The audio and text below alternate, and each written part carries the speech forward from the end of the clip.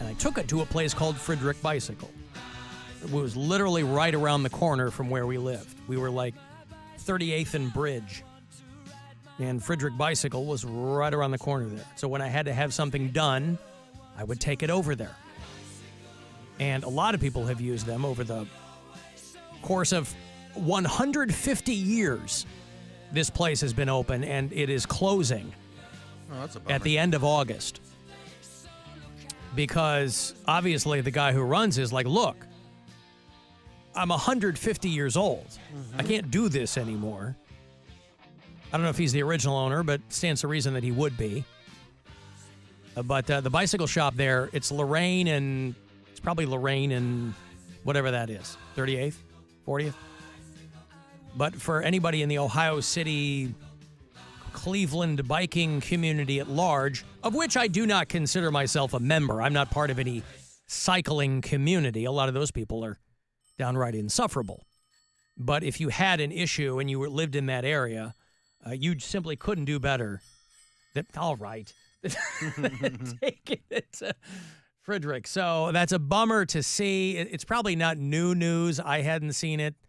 And we haven't lived in Ohio City for a number of years. But anybody you ran into there, it was people who were deadly serious about their two-wheeler. Of course, if you've known me for any length of time, you know that I used to take my penny farthing in there.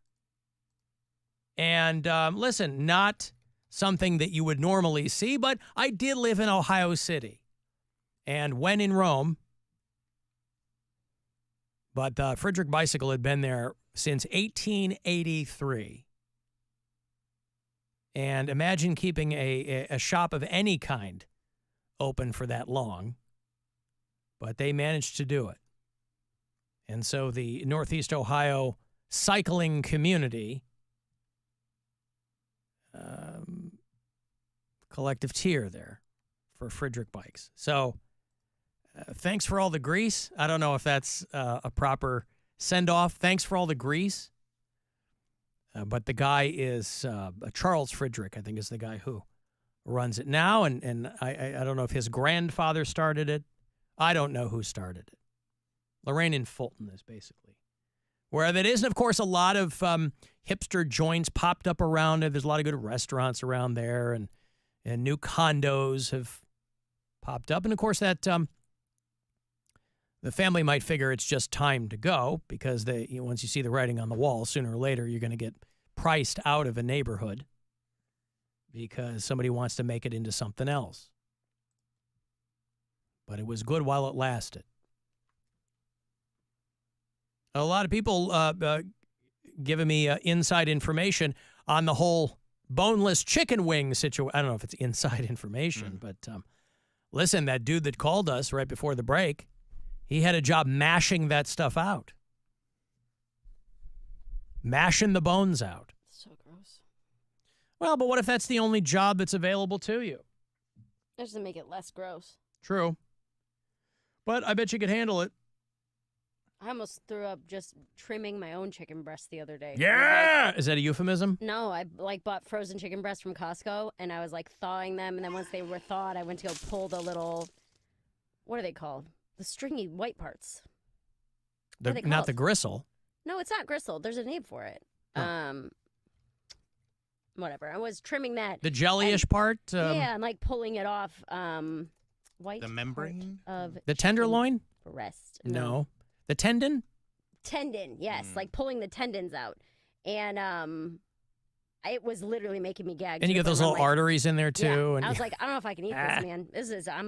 Chicken's already been weirding me out. I was going to say, surely you've prepared chicken before. Yes, but lately, the more I eat it, the more I get weirded out by it. Maybe you're pregnant. I'm not pregnant. Oh. Maybe you're dying. Mary Santora disease. Yeah. He said you've got the MSD. At 34 plus years to live. Yes, you only have so Pretty long. accurate diagnosis. You should take care of yourself. Eat more, drink more salads like Alan. So your point is, if you had to do that for a living, you'd be vomiting all the time. Yes. All right. Well, then I guess it's good that you don't do that for a living. It is good that I don't do that for a living. And is it going to make you perhaps switch to pork? I don't know. You know, they call that the other white meat. Is chicken, when they say They're the other real white hard meat. on that in the 90s. The other white meat? Yeah. They still do. I think that's like that's their rallying cry. I still haven't, but I just feel like I haven't seen a commercial for it. Yeah, in maybe not. forever. But when they say the other white meat, is chicken considered the primary white meat? I think so. Is that what they're talking about? Okay. Because I mean, I've had my share of white steaks, and I just wanted to make sure. What does that even mean? My dad wasn't a good cook. Oh. That's how he grew up. That's how. It's no surprise that I am the way I am about food, Mary. Ah. I did not grow up. There's no big puzzle here. I didn't grow up in a house that placed a great premium on amazing food preparation. Mm-hmm. So I grew up in a house that valued food more for its nutritional value than its enjoyment of consumption. And I consider that a part of the process today. I also feel like older generations really cooked food they were so afraid of getting sick from meat. They're like, cook it till it's dry as I mean, hell. I guess, but it's like, I don't know. Like, my parents weren't from the 1800s. You know I what I know, mean? but, Like, like, boomers should know how to cook food. My grandmother was an amazing cook. My mom, I don't know how my mom, even by osmosis, didn't get any of that. my mom became a better cook after we all moved out. Because when we She were wasn't kids, cooking in bulk. right, when she'd cook steaks and stuff like that, they were always just cooked like really well done. And Yeah, but why would that have to do anything? I get what you're saying. It's probably the same in my house, but even though we had 3 or 4, but why would that? You can cook 5 medium steaks. Also, kids probably don't want that. What do you mean they don't want that? But it wasn't why just wouldn't a kid want a properly cooked piece of meat? Any meat that we had in our house was dry and cooked well done, is what I remember as a kid. Yeah. And now, she's great. I mean, again, that's what I remember too. I'm just not sure why that is. Like, if you have 5 kids, you can grill 5 steaks that aren't, I don't know, charcoal, because like the hamburgers too, where there's like brisket, hockey like pucks, briquettes, yeah, like hockey pucks, yeah. Well, listen, everybody takes care of themselves in different ways, and it's just by happenstance that we mentioned Macy Gray last week. And I don't know that we've mentioned her in some time, but she came up in the conversation we were having about pretty bad renditions of the national anthem. And hers wasn't as bad as people were saying it was. It wasn't as bad as I think maybe there was some... Especially compared to some of the other ones that we were listening to. But I think I had some Mandela effect when it came to Macy Gray.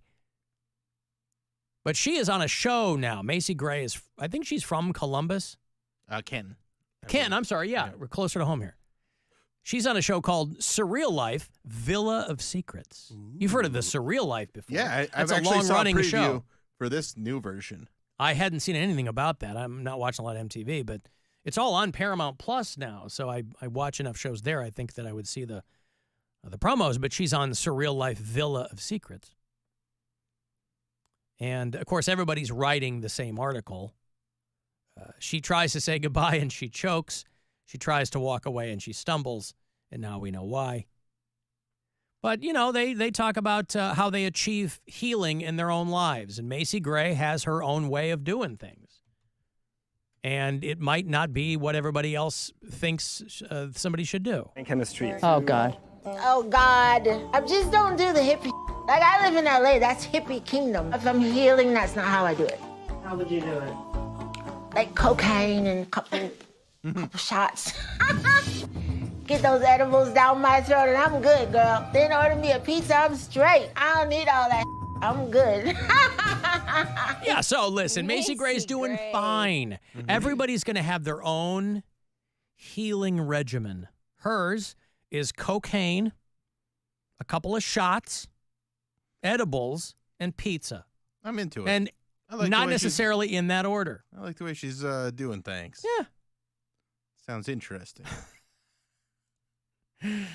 What are your healing properties? Well, I like to start with cocaine, and then I get a couple of shots in me. And then edibles. Now, you guys would know, the pizza. as the only one here who has never done cocaine, what alcohol pairs best with Coke. More. Yes. More Coke. No, more Oh, alcohol. more alcohol. Oh, Yeah. I see. Yeah. Any alcohol. Yeah, it doesn't does not matter. Okay. Yeah, you're not like, That's what I would have guessed, Yeah. but I mean, okay. So you're doing Coke, you're drinking, yeah. whatever. Now, what if You've heard this song? Well, I guess they make money to do more Coke, but it's the same thing, same philosophy. You do Coke so you can drink more. Yeah. Then you do more Coke to drink more. Well, that's make more money. Yeah, but like Yeah. it's the same principle. I see. But with booze instead of money. I see. But the booze costs money though too. Yeah, well, you make sure. I mean, this is after you've made the money or have other people buying it. It's all very Drinks confusing. and cocaine are always better when They're like someone peanut else, butter and jelly. Well, like when someone's paying for it, someone else is paying for it's it. better free. Yeah, it's better free. Well, everything is. Mm-hmm. Yeah. That's what I'm saying. I do coke so I can work longer, so I can earn more, so I can do more coke. I do coke so I can work longer, so I can earn more, so I can do more coke. I'll tell you what. You can take the girl out of Canton, but you can't take the Canton out of the girl. Maybe on Captain Fun's Floating Fandango, you do Coke for the first time, Alan. Yeah. I don't think that. Butt chugging. I- Butt chug cocaine. Butt chug cocaine. I don't think so. Grow up. I'd like to keep on the. I'd if like we to put it keep. in your salad pouch, you'd eat it. Yeah. I'd like to keep on the straight and narrow with my friends over at Circle K. I will be doing none of that on Captain Fun's Floating Fandango. What's the K stand There's for? no- Circle K ketamine. there's So no- how about that? There's no fun in the word. There's no fun in cocaine, Mary. There's no. That's where you're wrong. You know what? It's not like I even am like opposed to the whole thing. It's just like at this point, I don't care. It just so happens I never got around to doing it, and now I don't care. So it's like tattoos, you know? Never got around to doing it, and now I don't care. So if everybody around me was doing it, I'd be like, that's fine. Like, you do you. But I certainly don't have some mental to-do list where I'm like, I forgot. No cocaine. But hey, good to know. If I ever, I don't know, let's say trip and land face first in a pile of it, you know, We a can la make that Pacino, that whatever somebody offers me afterwards to drink, I'll just take, Yeah. right? Alizé, Aperol Spritz, whatever the drink du jour is. Isn't it Aperol Spritz? Haven't we come full circle back to where everybody's talking about those now? A new generation has discovered Aperol Spritz. I think you make stuff up. What do you mean? But I don't know. I've been out of the alcohol game for 5 years, so I don't What am I making up? I don't think anybody drinks Aperol Oh, that's all Spritz. anybody's talking about now. Who? Social media, TikTok, everybody's talking about Aperol I literally Spritz. did see a friend of mine Everybody's talking about Aperol talking Spritz. about Aperol Really? Spritz's. Yeah, I guess Prosecco and a Yeah. lot of people like that. So I'm kind of like, did it come around to Gen Z now? Or I think what? there was a Gen Z thing because my buddy posted on his stories that he was making an Aperol Spritz, and I think that's because so many people are talking about it. So, Alan, I'm going to go with you on this one, that people are talking about it. Maybe I not didn't know. in New York City, but here in lowly old Cleveland. You guys just got the Aperol Spritz. in New York, in they're Ohio. always talking about the Aperol Spritz. In fact, there it's a dance. So they don't know what you're talking about if you mention it because they New York City. think maybe you're just going out to cut a rug. So anyway, all right. Well, I'll keep that in mind for the for if I ever fall face first into cocaine. Mhm. I got sent the story of the model whose nipple fell off because she had them removed. You know, she was having some cosmetic surgery done. She said it looked like she had been bitten by a shark. This is a bride-to-be, a 19-year-old bride-to-be. One of these British girls who, you know, she wants to be an influencer and the whole thing, and she's getting married, and she went to go get her breast surgery done in Turkey. I mean, you got to be, I guess, financially responsible, and she was probably looking for cut-rate breast work, and she went to Turkey, went to Istanbul, not Constantinople. after she saw a friend of hers comes home and goes, here's the clinic I went to, and look at me. I look great. Look at these jugs. And so this girl goes, all right, nice, isn't it? Whatever. And I'll do the same thing. And she spent $4,000, which doesn't sound like a lot, to have an implant and a lift and the whole thing. And she wanted nipple reconstruction. You gals are laser focused sometimes on the nipple. It is the centerpiece of the breast. But it fell off. One fell off. It turned black and was just hanging there. She ended up with a necrotic nipple. And now she needs to get a skin graft. All because she wanted some work done. It's like, I'm ready to get married. I'm trying to be an influencer. And I wanted to look great. And now I just feel disgusted. It looks like a shark bit my breasts. And listen, everybody's just trying to better themselves. And she was trying to put herself in a better spot. But her nipple fell on the ground. A little piece of grape chewing gum down there, and she had nothing Long to do with story it. short, this has nothing to do with the hospital that I went to. This has nothing to do with like being in Turkey. Like, my body just rejected the new nipple that I was given. So it got infected, and now because it's infected, it's falling off. I'm not even being dramatic. Like, look, it's already bleeding through. I'm not even being dramatic. I don't think you have to be dramatic if your nipple fell off. I think any part of your body that becomes necrotic and falls off, that'd be no fun, especially if it's a nipple. At least a nipple you can have tattooed, though. You know, like if you have a toe that falls off, you can't get a toe tattoo that makes it look like you've still got one there. Nipple, you just get one, you know, whatever. You put a little piece of chewing gum there, and then you do what you got to do. But just for people who are like, oh, that sounds great. What's the name of this clinic, Alan? They're already blowing me up, I know. What's the name of that clinic in Turkey? They didn't listen to the whole story. They just heard, and they wanted to get to me so I could give them the information, and then they heard the rest. They go, oh, no. Oh, no. Oh, no. First sign of Mary Santora disease is actually an aversion to avian connective tissues. Ooh. Wow, what a specific aversion. How did I not know any of this? That was like probably 3 weeks ago, a month ago now. Yeah. I didn't even know the signs. Right. It's all kind of happening in real time. All these different aspects of the Mary Santora disease. Yeah, we're really seeing it unfold. We really are. Yeah. It's neat. It's pretty. We've gone from not even knowing it existed to now having like patient zero.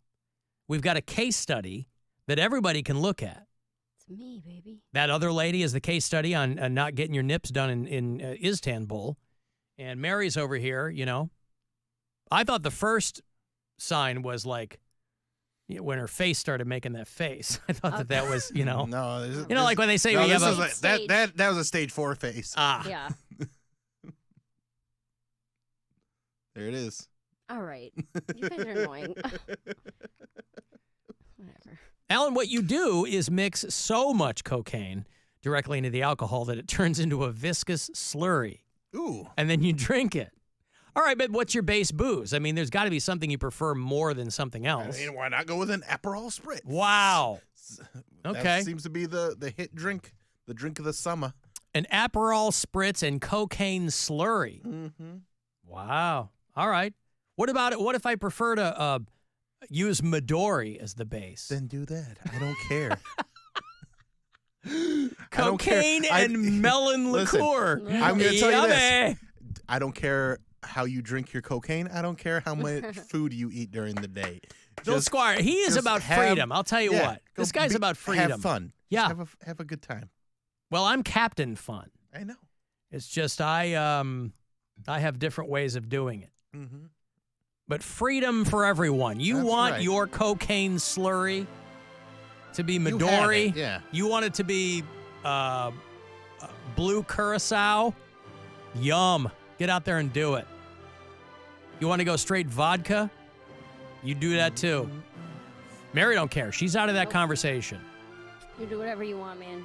You want it to be Sambuca, Kahlua, and triple sec? Oh, my God. Delicious. Oh. You don't have to be such a connoisseur, Mary. Some people don't care. That's fine. Yep.